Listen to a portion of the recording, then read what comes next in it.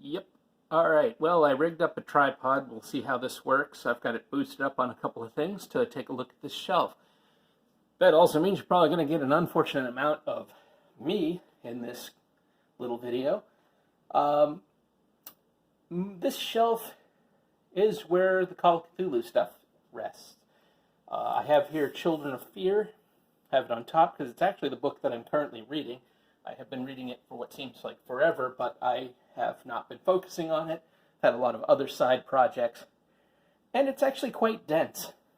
So it's a campaign set in sort of Central Asia in the early 1920s. It seems really fascinating. It doesn't seem especially Call of Cthulhu-y.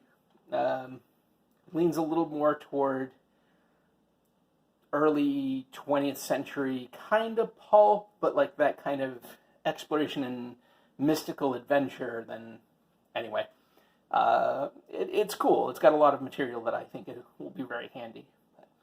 So we get going. We have the new 7th edition Keeper's screen.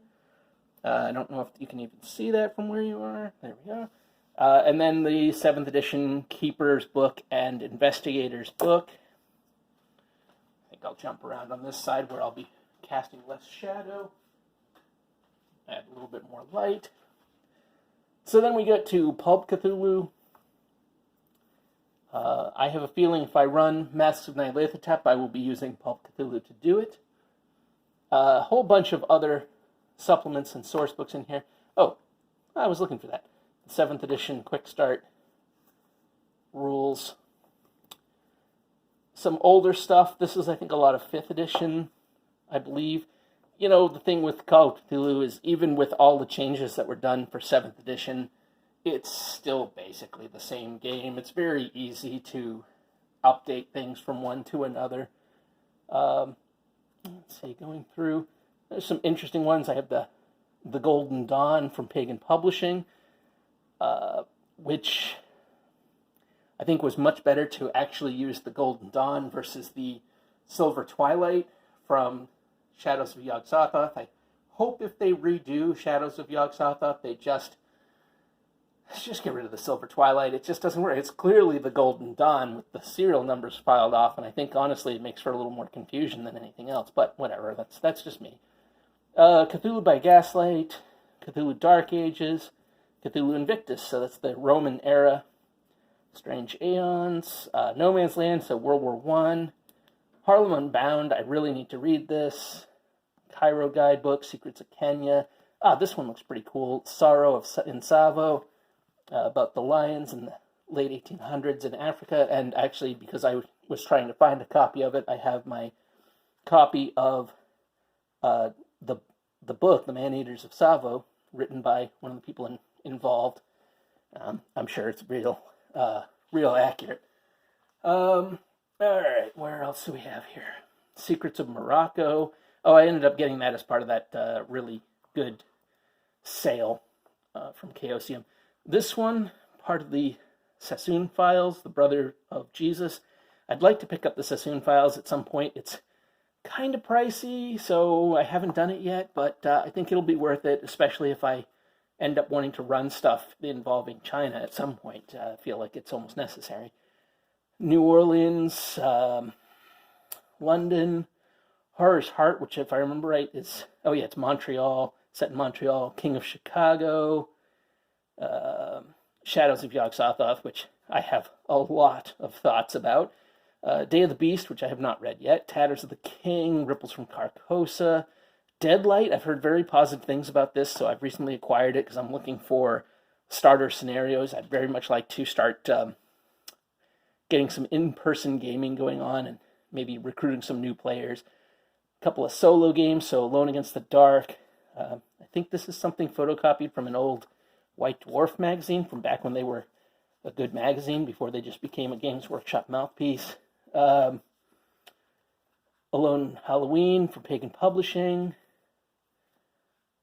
The Trail of Safagua. That one's, I don't know, it's interesting, I guess. Canis Mysterium, I haven't read. Minions, haven't read. I don't think I've read it anyway.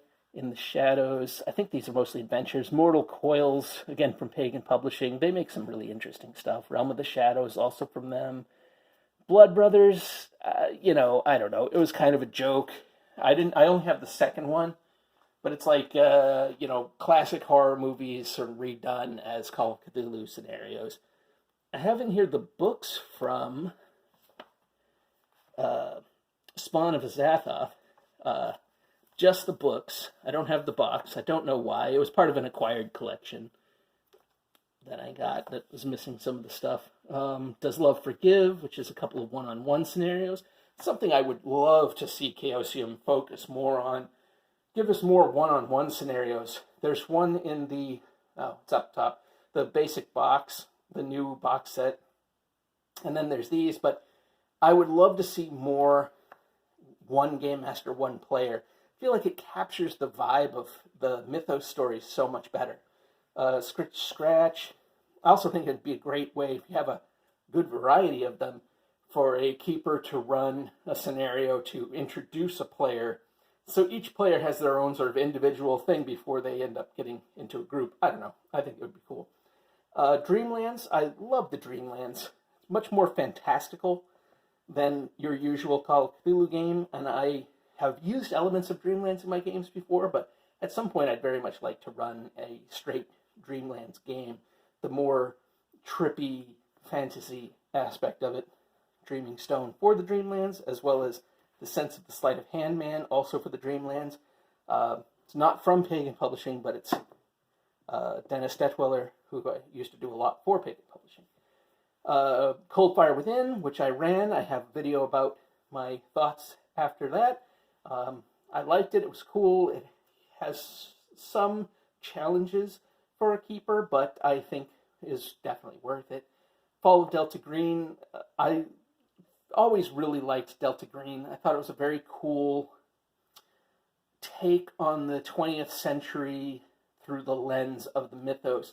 I have not read Fall of Delta Green. I picked it up on a free RPG day a couple of years back, but I haven't got a chance to read it.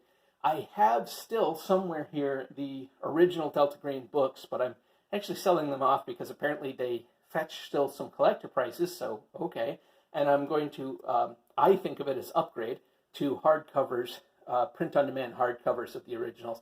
I know there's talk about putting them out in a new version for the new version of Delta Green. I don't honestly care. I just kind of want the original books, but I'd like them in hardcover to stand up. A few issues of Beit El-Azif, as well as a whole bunch of issues of The Unspeakable Oath, sort of fan magazines for Call of Cthulhu with lots of cool information in them. I'm trying to downsize, so I don't know. I may give these Unspeakable Oaths a read through again, and then they may go on the chopping block in my continuing quest to reduce the footprint of what I have. Some random stuff here. Curse of Race Prejudice, archaeological interpretations of the myth patterns in the iconography of the Codex Beltran Escave. I can't even say that. These are like, this is a reproduction of a real book from somebody who was a correspondent with Lovecraft and who thought that Lovecraft's racism was stupid, which it was. So this is I love reproductions and props and things like that. So a lot of times when I run a game, even if it's not game related, I'll have a handful of props and reproductions sitting in the center of the table. So I have a new one to have there. These also are sort of prop things about mythos related stuff. Oh, some letters from, let's see, what else do I have here? Oh, I actually have a reproduction of the Green Book, although this is from 1940, so it's a little late for my Call of Cthulhu games. I have a copy of this from the auction, which is actually the brochure for the auction. It's very cool. And also, this was part of like a clearance sale from H.P. Lovecraft Historical Society, which is where several of these things came from, of some blueprints for something from, I think it was from Day of the Beast, I can't remember. And then, let's see, we've got The Yellow King, which is, I've been fascinated by Hastur. I have the couple of Hastur-focused adventure campaign books here. I'm fascinated by Hastur and the King in Yellow and that whole cycle. As much as I'm blanking on his name, Robert W. Chambers. Much of what I have read from Chambers is terrible. I read a little bit outside of the things that are typically reprinted, and it was garbage. But his stories in the book, The King in Yellow and Other Stories, or whatever it's called, the collection, they're really haunting and strange. And it's clear that he had talent. He just wasted it on writing garbage books most of the time. So they produced this game, The Yellow King, which is sort of postulating an alternate timeline where the King in Yellow's power and the power of the play has really corrupted reality. And so you have these alternate past, alternate present, alternate future kind of thing. I got a chance to play a little bit at a con back in 2019, and it was fine. It was fine. And when I got it, I don't like how it's presented. Like the visuals on it, I find very odd. It has a 1970s textbooky vibe to it that just didn't feel right to me. And I will admit that might have been a little bit off-putting, and I've not dipped into it, and I do feel bad. I need to sit down and actually read it at one of these points. I think I backed it on Kickstarter. I think that's how I ended up getting it. And then I have a free RPG thing here with something from 13th Age and something from The Yellow King.